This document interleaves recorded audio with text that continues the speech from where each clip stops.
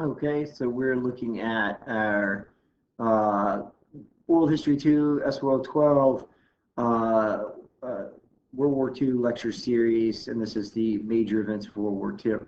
And an image like this, a cartoon like this, is something you could expect to see if you were an American kid during World War II. So a lot of the cartoons would have had like, a kind of a bumbling Nazi Donald Duck up against a, outsmarted by, like Bugs Bunny playing the Allies or something like that. Um, even Dr. Seuss had cartoons that had patriotic kind of messages, pro-war messages. So it's something that was common during World War II. So all sorts of economic and political issues led to World War II that we've talked about. When we talk about theaters of war, we're talking about places in the world where the war is taking place. Those include Africa, Europe, Asia, and the Pacific Islands. Leadership is essential to Allied victory. Okay, so World War II begins officially when Germany invades Poland in 1939. Hitler had signed a non-aggression pact with the Soviets. It was called the Molotov-Ribbentrop Pact, and they had agreed, not to attack each other. They're not allies, but it's a non-aggression pact. So both the Germans and the Soviets invade Poland and kind of divided up between themselves. 2 days later, Great Britain and France declare war on Germany, and this begins World War II. Okay. Um, uh, Once Germany is at war with Britain and France, they move very quickly. And so the Germans have sort of got a very firm grasp of modern warfare, of mechanized warfare. They exercise tactics known as lightning war or blitzkrieg tactics that basically involve mechanized infantry. So infantry moving quickly across the battlefield in armored vehicles with tanks that can move as quickly as those armored personnel carriers, supported by aircraft that can provide air support. And by doing this, they're able to rapidly advance across the battlefield in ways that are pretty unprecedented. And Great Britain and France really don't understand this kind of battlefield doctrine yet. They haven't quite, they don't quite grasp it. So they're really overwhelmed very quickly. And France falls to Germany in just 6 weeks. I mean, that's quick, right? So May 1940, the Nazis invade France. They invaded through the Ardennes forest, which, to give you an idea, the French had built a large fortified line across their border with Germany. It was called the Maginot Line. So it was like this line of fortifications, bunkers, pillboxes, dragon's teeth, and all that kind of stuff. And the line was very weak along the Ardennes forest because they believed that an armored column could not invade through the Ardennes. Now, here's the thing: back like during the 30s, during war games, a French officer had actually proven that to be false and had taken armored units through the Ardennes very rapidly and was able to move behind the Maginot Line. But they had already spent a bunch of money on the Maginot Line, and so they just kind of, ignored that bit of evidence. Well, Hitler and the Nazis are going to exploit that weak gap in the Maginot Line. They're going to blast through the Ardennes forest. They're going to use their blitzkrieg tactics to quickly overwhelm Allied forces in France, which includes hundreds of thousands of British expeditionary forces that had been sent over to France. So now the Allied forces are sort of being overwhelmed by the Germans, and they're being pushed back and pushed back. And now they have their backs against the English Channel. So if the Germans capture the British expeditionary forces, Britain doesn't really have much of a standing army left, and they're not going to have any choice really but to, negotiate with Germany. So at that point, it's it's a desperate retreat, and this is known as the Miracle of Dunkirk, where basically anything that floats was sent across the English Channel. fishing ships, merchant ships, pleasure boats, you name it, anything that could float. They crammed these soldiers onto it, managed to get 300,000 of them out. Now, this did raise morale, and it was a miraculous escape, and it was done. British troops had to sacrifice themselves to keep the Germans at bay so that their comrades could get out. But Winston Churchill was quick to point out that, hey, this is not really a glorious moment. This is not a victory. A retreat, a desperate retreat, is not a victory. And now Hitler controls mainland Europe. All right, and so it's a miracle that they got those troops out, but it's a dark time. Fall of France in 1940, things are not good. Right, so the Germans take France. After Dunkirk, Germany headed south toward Paris. Italy attacks France from the south, and by June of 1940, in just 6 weeks, Germany had overtaken France, and France was forced to surrender.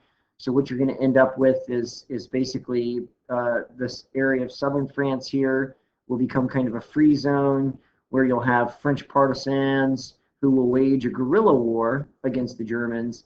And then you have Vichy France, where basically a puppet government controlled by the Nazis is set up. So Germans will occupy northern France and establish their puppet state in Vichy. Britain now stands alone, and France will remain under control of Germany until June 6, 1944, when the Allies storm the beaches to take it back. More on that later. Here you can see, they unfurl the Nazi flags. The next step, much like Napoleon, Hitler has conquered most of Western Europe and is now gazing across the English Channel. He wants to invade Britain, right? But Britain is an island. So in order to invade, remember how like Napoleon wanted to invade Britain, but he had to establish naval superiority so that his landing ships could safely get across the English Channel and invade. Well, Hitler's got to do the same thing, except he's got to establish air superiority. And so what you end up with is the Battle of Britain, which is the first battle that's fought exclusively in the air. Now, Operation Sea Lion is the name of the amphibious operation that Hitler is planning. He's gathering hundreds and hundreds and hundreds of amphibious, troop landing ships. He's preparing a giant invasion force to invade Britain. But his air force, the Luftwaffe, the German Air Force, must gain air superiority over France. So the Battle of Britain, this is the Blitz. The German Luftwaffe attacked Britain and fought the Royal Air Force. There were nightly air raids against Britain. The Germans actually had it was called Nick-9, and it was basically like a technological tool in which they had two kind of radio beams that they would crisscross, and that would help guide bombers onto targets. And so the Germans were actually able to do some relatively accurate night bombing until the British figured it out and then were able to use electronic countermeasures to defeat it. The British actually employed a very effective chain of radar stations too, and this was known as Chain Home. And these radar stations are credited with really helping the British win the Battle of Britain because resources were limited. So what they were able to do is keep their pilots on the ground, keep their planes on the ground, use their radar to detect incoming German forces, and then scramble their fighters to go after those Germans and shoot them down. And the Royal Air Force defeats the German Luftwaffe in the skies over Britain, and the British are now emboldened. They have stood up to the German juggernaut, and although they're still just holding their own, they have scored a major victory and ensured that Hitler is not going to be able to invade Britain. And so that's really important. Okay. So the next major battle is El Alamein. This is in 1940. And this is Hitler making a play for Middle Eastern oil reserves. He needs oil to keep his military machine running. And this is where German General Erwin Rommel kind of earns a lot of fame as the Desert Fox. He turns out to be a very capable commander, especially in his use of armor in the desert. And so he sort of writes the book on desert warfare. And actually, a lot of the things that Rommel does are later used when the United States fights in like the Gulf War and in Operation Iraqi Freedom. So the Axis wants to take parts of North Africa. They want the Suez Canal. They want parts of Southern Europe. They want those Middle Eastern oil reserves. All right. So, but they're up against Bernard Law Montgomery, and ultimately Allied forces prevent Hitler from gaining control of those Middle Eastern oil reserves. The Germans are defeated at the Battle of El Alamein. That's going to cause Hitler, in addition to his loss of the Battle of Britain, that's going to cause Hitler to kind of change plans, and he's going to make a play for Russian southern oil fields. More on that later.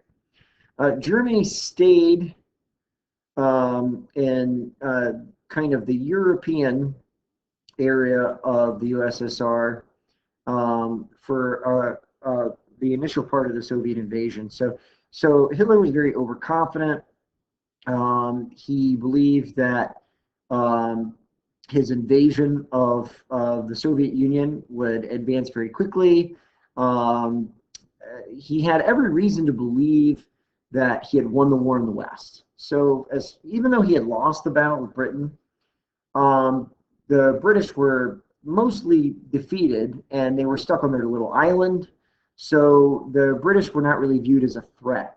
And the United States wasn't in the war yet. So Hitler kind of felt like, okay, well, the war in the West is won. He's conquered France. Britain's trapped on their island. So it's time to throw everything he's got at the Soviets. He's going to run into some trouble. And think back, what happened to Napoleon when he tried to invade Russia? How did that work out? Not very well, right? And so you've got to keep in mind that Russia is enormous. It's 11 time zones. Russia spans 11 time zones. So what ends up happening is, let me see if I can I'll go over this and then I'll kind of explain to you guys on the map. So Germany attacked the Soviet Union with 3 million troops. Stalin's military was not prepared for the German blitzkrieg. Remember, he had purged his officer corps, so his troops were not well led. And so the Soviets are going to sustain major losses. But they're going to do the same thing to Hitler that they did to Napoleon.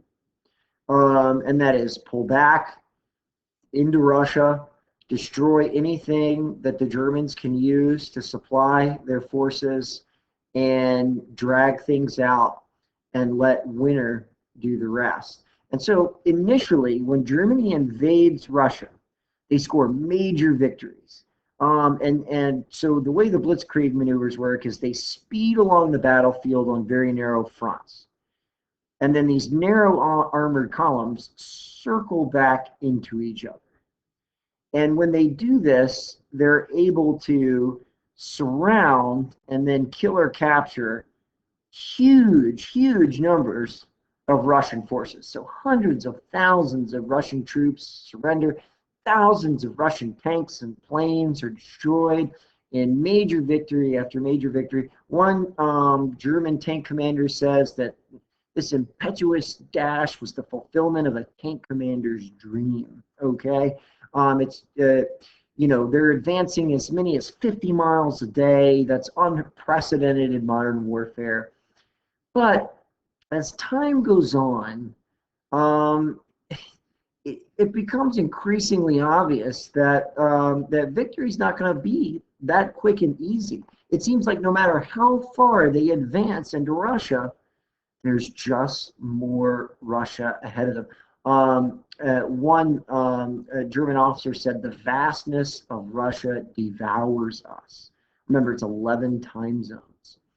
And in addition to this massive land area, Russia seems to have endless amounts of troops. So even though the Germans are killing or capturing like huge numbers of Russian troops, tanks, and planes, the Russians are replacing those numbers.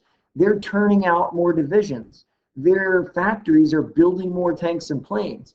And so one German general compares it, he says, the German army in Russia is like an elephant attacking a host of ants. The elephant may kill hundreds of thousands, if not millions of ants, but eventually their numbers will overwhelm him and he'll be eaten to the bone. And that is certainly prophetic of what is going to happen. Eventually, Hitler's going to give up on the idea of conquering the Soviet Union and is just going to make a play for the southern oil fields in Russia. And that campaign is going to result in the Battle of Stalingrad, which I will talk about in a few moments. Meanwhile, the United States is not involved, right? We're still staying the heck out of this thing. It's March of 1941, and Franklin Delano Roosevelt introduces the Lend-Lease Act, as in the United States is going to lend or lease military equipment so the Allies can defend themselves. This is his way of getting around the neutrality laws of the United States. These are laws that were put in place to keep the United States from getting involved in any more wars. So the president compares it to lending a garden hose to a neighbor whose house is on fire. Kind of, he was really big on sort of like folksy kind of colloquialisms to explain things. He had a really kind of a knack for talking to all Americans. So, from the most to the least educated could get it, So the president starts to sell war materials to any country whose defense the president deems vital to the defense of the United States. So we're going to start helping our allies out. So Lend-Lease aid, you got munitions, right? Industrial items, agricultural products, and shipping, repairs, and production facilities. We're going to start helping out the Allies in a really big way. Lots of aid. There's also the Atlantic Charter. So Churchill and FDR meet secretly to discuss plans for destroying the Nazis and rebuilding the post-war world. So you can already tell, like, FDR kind of sees the writing on the wall and knows that eventually the United States is going to be in this thing. And the Atlantic Charter sort of lays the groundwork for what will later be the United Nations, as in League of Nations version 2. Except this time, the United States is actually going to be part of it, and the United Nations is actually going to become a mechanism for conflict resolution. All right, so United States neutrality was waning with the Lend-Lease Act, but it is abruptly ended by the Japanese attack on Pearl Harbor. Okay, so on December 7th, 1941, Japan attacks Pearl Harbor in a surprise attack that forces the U.S. into the war. To give you an idea, the Japanese, in their attack on Pearl Harbor, let me go back and just leave it on here. I know this is probably aggravating for those of you trying to take notes. I tend to click around a lot. The Japanese, in their attack on Pearl Harbor, were trying to buy time. So, and actually the admiral who was the architect of the Pearl Harbor attack, Isoroku Yamamoto, was against war with the United States. He had attended Harvard, and he had seen firsthand the industrial capacity of the United States.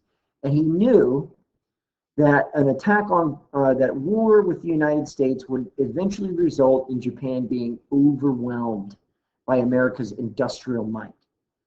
And so when it became clear that war with the United States was unavoidable, he came up with the best plan that he could. And that was to hit the U.S. Navy at Pearl Harbor. And in doing so, buy Japan, he predicted he would buy Japan about 6 months to consolidate their territory, build up their forces, and be prepared to defend it. And his hope was, at that point, the United States would not be willing to expend the blood and treasure necessary to take it back. And he ended up being right, almost to the day, because it's 6 months from his attack on Pearl Harbor to the Battle of Midway.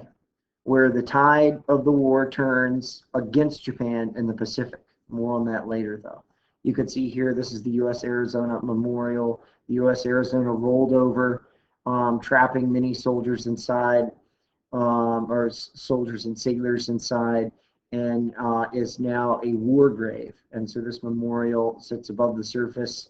Just below the surface is the wreck of the Arizona, and you can go there in Hawaii and pay your respects. El Alamein in November of 1942. This is where British forces stopped the advance of General Rommel, the Desert Fox. He's halted. Rommel's army surrendered in May 1943 after American and British soldiers joined forces in Africa. So, and this means no Middle Eastern oil for Hitler, which means southern Russia, those southern oil fields in Russia are going to become extremely important. In the Pacific, the United States and its allies are going to use an island hopping campaign. Japan is an archipelago. It's a series of islands, many islands. And so the plan is to capture islands in succession, slowly getting closer and closer to the Japanese home islands. All right. But this is going to be characterized by bloody close-in fighting because the Japanese are going to defend these islands fanatically. All right. Italy is going to be taken out of the war. They're going to be invaded by the British and Americans in July of 1943 and defeated, first in Sicily and then in southern Italy. Italians, Italian partisans, basically Italian resistance, overthrow Mussolini once the Allies invade. Mussolini is for a time protected by Hitler in sort of a puppet state that Hitler sets up for him. But eventually Mussolini is captured, and he and his mistress are shot by a firing squad, and their bodies are strung up. So this invasion weakens Hitler because now he has to fight on another front. Okay, so Stalingrad is really the moment where Hitler loses the war for most purposes. Remember I said that the Germans found their campaign Operation Barbarossa in the Soviet Union bogged down, first by just the vast expanse of Russia, the seemingly endless Russian forces, and then the infamous Russian winter, which the Russians kind of affectionately called General Winter. Well, after 2 years of fighting, Hitler decides that he is going to seize Russian oil fields, and he's also going to seize the crossroads town of Stalingrad. And so really the key target are the oil fields. Hitler needs the oil fields. But Stalingrad becomes his principal focus. And essentially what the Russians do is they start to build up a reserve. So this is, here's the Volga River. And the Russians start to build up a reserve on the opposite bank of the Volga River. And the Germans are trying to take Stalingrad. So they're trying to push into Stalingrad. And what the Russians do is they just feed enough troops into Stalingrad to make the Germans fight for it. So they slowly let the Germans take Stalingrad. They bleed the Germans a little bit at a time. And Stalingrad is some of the ugliest fighting in World War II because the city becomes sort of a nightmarish maze of rubble and twisted metal. It's close in, hand-to-hand urban combat.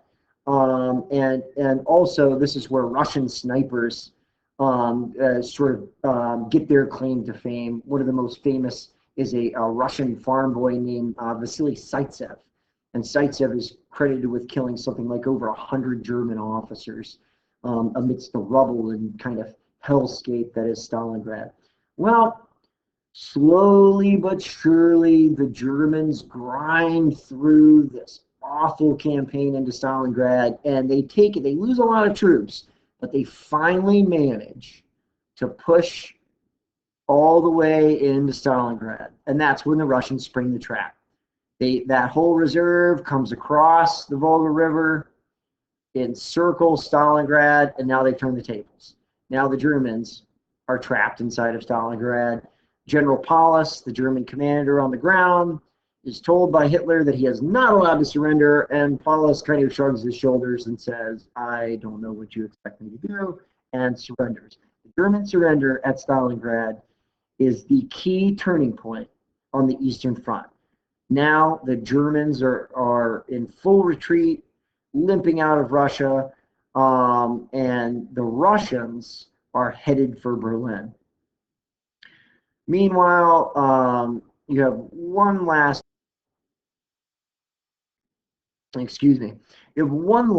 major German offensive. This is an all-out push by the Germans, attempting to break out, divide the Allied forces, and retake what they've lost in Western Europe. And so they wait until the winter of 1944 into kind of January of 1945. They choose this time because they know visibility is going to be very limited, and the Allies have air superiority. So they're hoping that by limiting the effectiveness of Allied air support, they can launch this major all-out German offensive, split the Allied lines, push back into Western Europe, and recoup their losses. And it doesn't quite go that way. So, and they call it the Battle of the Bulge because essentially a bulge forms in the lines around a pocket of resistance of Allied forces. And this is where, if you've ever seen like the Band of Brothers series or read about the 101st Airborne, there are stories of sort of heroism and that they held out with minimal supplies against armored German elements in the dead of winter, and slowed the German advance. And this is very true. The Germans actually tried to get the Allied forces at Bastogne to surrender. They sent in a delegation blindfolded with surrender terms. They said, hey, you're completely surrounded by superior elements of the German Wehrmacht, so surrender or risk total annihilation. And the American commander, his reply is nuts. That's it. He just has his adjutant dictate the word nuts and sends that back to them, which is obviously not a surrender. And so they hold out. They're not annihilated. They slow the German advance. This last German offensive fails. And so the Allies continue to push into Berlin. All right, D-Day, or the Normandy invasion, also known as Operation Overlord, is sort of the key turning point in Western Europe. This is on June 6, 1944. And so under the command of Dwight D. Eisenhower, General Dwight D. Eisenhower, who's Supreme Allied Commander, the Allies launch a massive amphibious invasion of Normandy in France. And a lot of work had gone into this.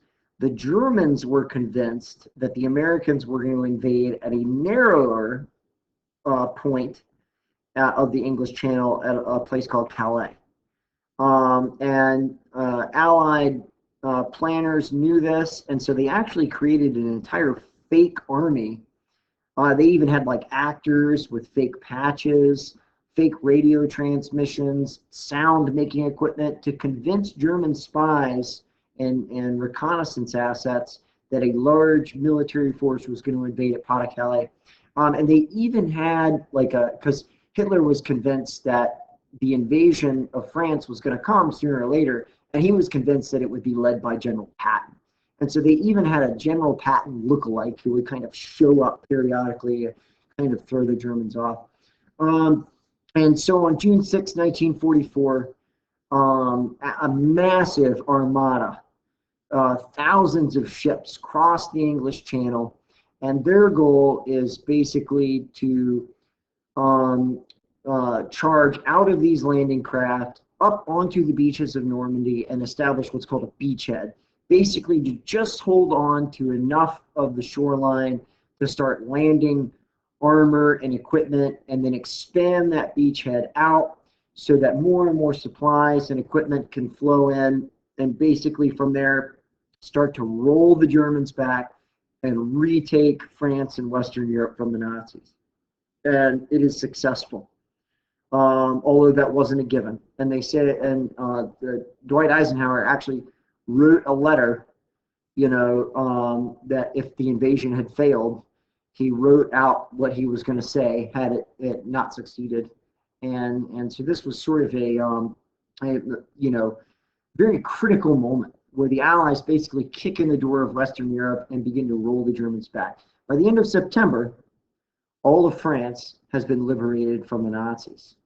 Germany will surrender on May 7th, 1945. That's Victory in Europe, VE Day. It's celebrated on May 8th. So this is a momentous victory by the Allies, but the war is not over. In Japan, the war continues. And so that island hopping campaign has been continuing on. Americans are fighting bloody battle after bloody battle at places like Peleliu, places like Okinawa and Iwo Tens of thousands of Marines and soldiers are dying. FDR dies in office, and his vice president, Harry Truman, becomes president. And it's under Harry Truman's command, or his presidency rather, that the use of the atomic bombs on the Japanese cities of Hiroshima and Nagasaki will be authorized. This is a big decision, all right? There's not a whole lot of understanding as to how many divisions are defending the Japanese home islands. The Pentagon basically plucks a number out of its hat. But what is known, especially from Iwo Jima and Okinawa, is that the Japanese are going to fight to the last man in defense of those islands. And especially at Okinawa, there was tremendous loss of civilian life. So the Japanese actually told the civilians there that the Americans would do all sorts of unspeakable things to them. And so many Japanese civilians committed suicide. Some were killed by Japanese soldiers if they refused to comply. And so there was just tremendous death. There are different perspectives on this, and so some argue that the use of the atomic bombs is not necessary, and there are certainly some valid arguments. For example, there was concern that the Russians were going to open up a front against Japan, and already in 1945, American strategists were viewing the Russians as the new enemy. And they did not want Russia to establish a sphere of influence in Japan. So it was thought that using the atomic bombs to quickly end the war in the Pacific would allow the United States to exclusively control Japanese territories, and would also serve as a demonstration of the power of the bomb to Russia. So there is some political motive for the use of the bombs. Certainly, the tremendous loss of life and the hard fighting that occurred in those Pacific islands went into Truman's decision to use the bomb. Truman said after the war that he did not regret the use of the bomb. However, Truman becomes vehemently opposed to ever using the bomb again. And that's sort of indicative of maybe some of the feelings that he had about it. Because we decide as a species in the decades following following World War II that nuclear weapons are a non-starter. And unfortunately, we're going to get really close to the brink before we solidify those opinions. But nuclear weapons after World War II are only going to become more powerful, and using them, and I'll get into this in our Cold War lecture, I'm getting ahead of myself, using them is going to become a known option. So anyway, the United States had been developing the atomic bomb for some time via the Manhattan Project, which was based in Los Alamos in New Mexico. They exploded the first atomic bomb at Alamogordo in New Mexico in 1945. And so they had two basic bomb designs. There was an implosion bomb, and that was called Fat Man. That's the big kind of round one that ends up being the nominal design for atomic weapons for the next decade or so. The other bomb is the uranium gun weapon. That's kind of the more cylindrical looking one that you'll see. And they dropped these bombs on Hiroshima and Nagasaki, killing tens of thousands of people instantly, killing many, many more over time because of the effects of radiation, both alpha radiation and then gamma radiation. Gamma radiation gets into the soil and then it gets into the plants. And if cows eat the plants, it's in the cows. And if you eat the meat, it's in you. So the fallout from these bombs is going to continue to plague the Japanese for a long time to come. So Japan is issued a warning to surrender or face destruction. The first bomb is dropped on Hiroshima. The Japanese still don't surrender. 6 days later, Nagasaki is bombed, at which time the Japanese surrender. Japanese surrender marks the end of World War II. It's August 10th, 1945. Japan surrenders on board the USS Missouri. All right, this concludes our major events of World War II lecture. Make sure you guys read the chapter, answer the chapter questions, do the guided notes, and do that discussion board.